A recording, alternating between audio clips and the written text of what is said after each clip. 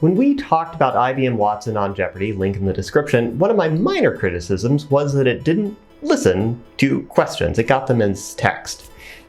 Let's talk a little bit more about why this specific issue is actually kind of important and what makes the problem of listening to a question harder for a question answering system. Now, if you've been watching the error rate for automatic speech recognition, ASR for short, the process of turning spoken audio into text, the numbers are pretty impressive. Microsoft has claimed numbers that are superhuman. Their error rates are lower than a skilled stenographer, but these headline numbers are typically given as a word error rate, or more precisely, a token error rate. And while it's true that the word error rate is on average lower than human numbers, that's hiding something. The most common word in English is the. So just getting that right all the time doesn't actually mean that much. Indeed, the most frequent words in English appear a lot. This is called a Zipfian distribution, where the probability of a word is inversely proportional to its frequency rank. So getting these highly frequent words right is easy and counts a lot toward the word error rate. But are these the words that matter for question answering? No! Named entities are the things that matter, and they're much less common. Let's take a look at some question answering data. Every dot here is an error, and when the original word is very common, there aren't many speech recognition errors in this column on the far side. So let's take a look at where the errors actually are. For example, when the original word is Gupta, for example, the empire of Chandragupta, Clarendon, as in Henry II's council that restricted ecclesiastical power in England, or Kermit, proud UMD alum. These are either unknown to the ASR system, as in the case of our green friend here, or they get recognized as more common words. Clarendon becomes the allergy medication Claritin, and Gupta becomes group. Plus, these low-frequency words often come from a foreign language and are easily confused or mispronounced. This is also a problem of the Cranfield versus Manchester paradigm. While Alex Trebek is unlikely to mispronounce anything, he has watchdogs to re-record anything that sounds off. A clueless user might indeed mispronounce where was Mao Zedong born. So what can you do to better answer spoken questions? First, you could ignore words from the recognized text that aren't confident.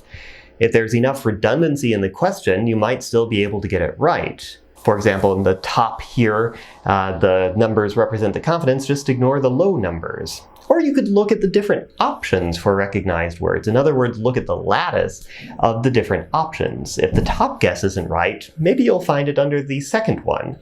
Finally, you can also look for words that sound similar to the words you're looking for. So perhaps the original question had Dumas, and the system detected dummy. You might be able to pull up the correct author because it shares the syllable dumb. But this requires different algorithms. You need to be able to look up something by the way that it sounds, by the syllables, rather than just raw words, spelled precisely right. And you need data sets to do this. One cheap way is to use text-to-speech, have a computer do the speaking, and then feed that back into an automatic speech recognition system.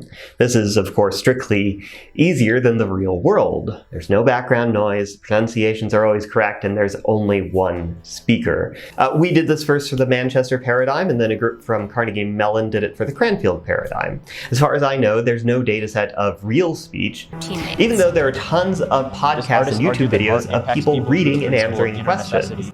And because the questions are all written down somewhere online, you could line them up.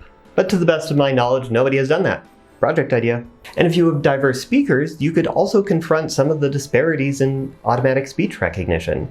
Much of the training data came from white men, so when tested on other groups, accuracy drops. Given enough data, maybe you could correct this. And then you could also get to some of the other challenges in parsing questions. For instance, this dataset from Google tackles the disfluencies, or corrections, that often come up in Cranfield paradigm questions. The users don't quite know what they want to ask, and so they amend it as they say it. And with both better datasets and questions, we might improve our ability both to answer questions and to recognize speech. And maybe get better captions on YouTube, as long as people are good about uploading good data. This is just a single lecture from a course. YouTube likes to show you these videos out of order, but if you go to the course webpage linked below, you can see the lectures in the right order, and you can get resources like homeworks or suggested reading. You can also visit quanta.org if you want to learn about our systems for creating computers that can answer questions, where Quanta stands for question answering is not a trivial activity. If you want to help the channel, provide a big gradient to the algorithm by liking and subscribing.